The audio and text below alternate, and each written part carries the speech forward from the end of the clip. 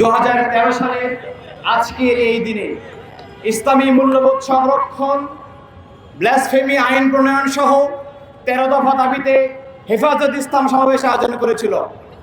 একজন মুসলিম নাগরিকের দায়িত্বের অংশ হিসেবে লক্ষ লক্ষ তৌহিদি জনতা সেখানে অংশগ্রহণ করেছিল। কিন্তু ইতিহাসের নির্মম সাক্ষী আমরা দেখেছি, উপমহাদেশে মুসলিম নিধনের অংশ হিসাবে 2013 সালের এই 5 মে রাতের বেলা ঢাকার এই শহরে বিদ্যুৎ বন্ধ করে দিয়ে পরিকল্পিত হত্যাযজ্ঞ চালিয়েছিল। পুলিশ, র্যাব, বিজিবি যৌথ বাহিনী মিশন ব্ল্যাক আউট পরিচালনা করে শত শত মুসলমানদেরকে হত্যা করেছিল। আর এই হত্যায় সহযোগিতা করেছিল আধিপত্যবাদ ভারত এবং তাদের এদেশীয় দোসর ফ্যাসিস্ট আওয়ামী লীগ। একজন প্রত্যক্ষ সাক্ষী হিসাবে সেই রাতে আমি এখানে ছিলাম।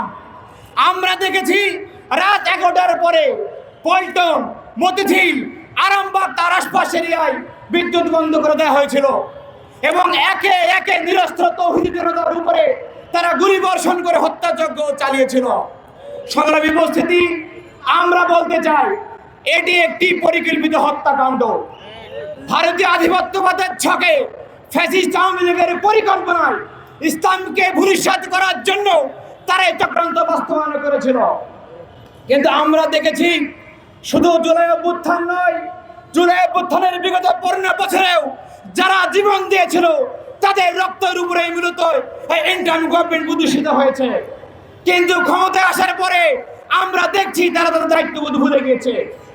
আমরা আজকের প্রোগ্রাম থেকে স্পষ্ট বলে দিতে চাই, কম সময়ের মধ্যে শাপলার গণহত্যার সুষ্ঠু বিচার করতে নিরপেক্ষ তদন্ত কমিশন গঠন করতে হবে।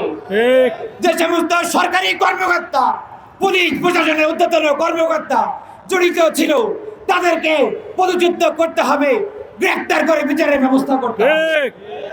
যে সমস্ত ভাইরা শহীদ হয়েছিলেন, আহত হয়েছিলেন, রাষ্ট্রীয়ভাবে তাদের ক্ষতিপূরণের ব্যবস্থা করতে হবে। এই জঘন্যতম মানবাধিকার লঙ্ঘনের জন্য রাষ্ট্রীয়ভাবে ক্ষমা চাইতে হবে এবং এর স্বীকৃতি প্রদান করতে হবে। আমরা বলতে চাই, চাইলে আপনারা শাপলাকে মুছে ফেলতে পারবেন না। এখানে শত শত শহীদের রক্ত লেগে রয়েছে। যতদিন না পর্যন্ত এর সুষ্ঠু বিচার হবে, ছাত্র শিবির ততদিন পর্যন্ত থামবে না। আপনারা থামাতে পারবেন না ইনশাআল্লাহ। আমরা বলতে চাই, তৌহিদি জনতা আগামী দিনে দেশ ও ইসলাম রক্ষার আন্দোলনে এবং ভারতীয় আধিপত্যবাদকে রুখে দেওয়ার জন্য সম্মিলিতভাবে আমরা এগিয়ে যাব। সে আন্দোলনে উদাত্ত অংশগ্রহণ করার আহ্বান জানিয়ে আজকের বক্তব্য শেষ করছি। আসসালামু আলাইকুম ওয়া রাহমাতুল্লাহ। বাংলাদেশ জিন্দাবাদ, ইসলামী ছাত্র শিবির জিন্দাবাদ।